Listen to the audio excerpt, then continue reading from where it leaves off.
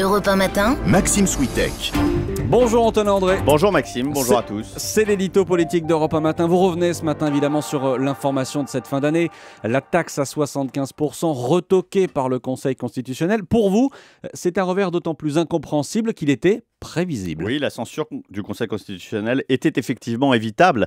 L'administration de Bercy avait alerté le cabinet du Premier ministre du risque réel. Le gouvernement a fait un pari perdu. Et le plus incroyable, c'est que la gauche au pouvoir a déjà par le passé été censurée par le Conseil constitutionnel sur une disposition fiscale et pour des raisons quasi identiques. C'était en décembre 2000. Le gouvernement Jospin veut rendre du pouvoir d'achat aux ménages modestes. Laurent Fabius, ministre de l'économie, instaure une diminution de la CSG pour les bas salaires.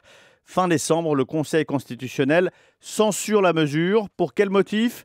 Parce qu'elle repose sur les salaires des individus sans tenir compte de la situation familiale, en clair du foyer fiscal. Même cause, même punition. Le gouvernement dit malgré tout, Antonin, que le dispositif sera corrigé, mis en œuvre pour les revenus de 2013. La mesure n'est donc repoussée, mais elle sera bien appliquée. Oui, et d'ailleurs, le gouvernement n'a pas vraiment le choix. Au-delà du fait qu'il s'agit d'un engagement personnel du candidat Hollande, ne pas mettre en œuvre une contribution exceptionnelle pour les riches est inacceptable pour la gauche.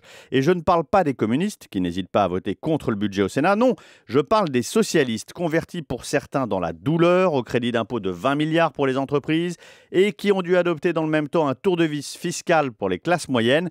Les députés socialistes ont serré les rangs malgré quelques grincements de dents. Ils ne laisseront pas abandonner une mesure qui a largement contribué à mobiliser les voix de gauche pour accéder à la victoire. Mais est-ce que d'ores et déjà ce revers restera comme un moment clé du quinquennat, comme un événement à mettre au débit de François Hollande ? Vous le savez Maxime, on est à 7 mois de présidence, c'est peu. Il reste 4 ans et 3 mois à François Hollande pour appliquer son programme. Et c'est bien au terme de ce délai que les électeurs le jugeront, y compris sur la justice des efforts consentis par les Français. Donc cette mesure est largement amendable. Mais dans l'immédiat, l'effet sur l'image du président est préjudiciable parce qu'elle l'atteint sur la crédibilité. Le fait même que la censure intervienne sur une faute technique, donc évitable, n'est pas de nature à rassurer une opinion qui attend du président de la République qu'il tienne fermement le cap et s'assure surtout de l'exécution rigoureuse de ses choix. C'était l'édito politique d'Europe 1 matin. Merci Antonin André.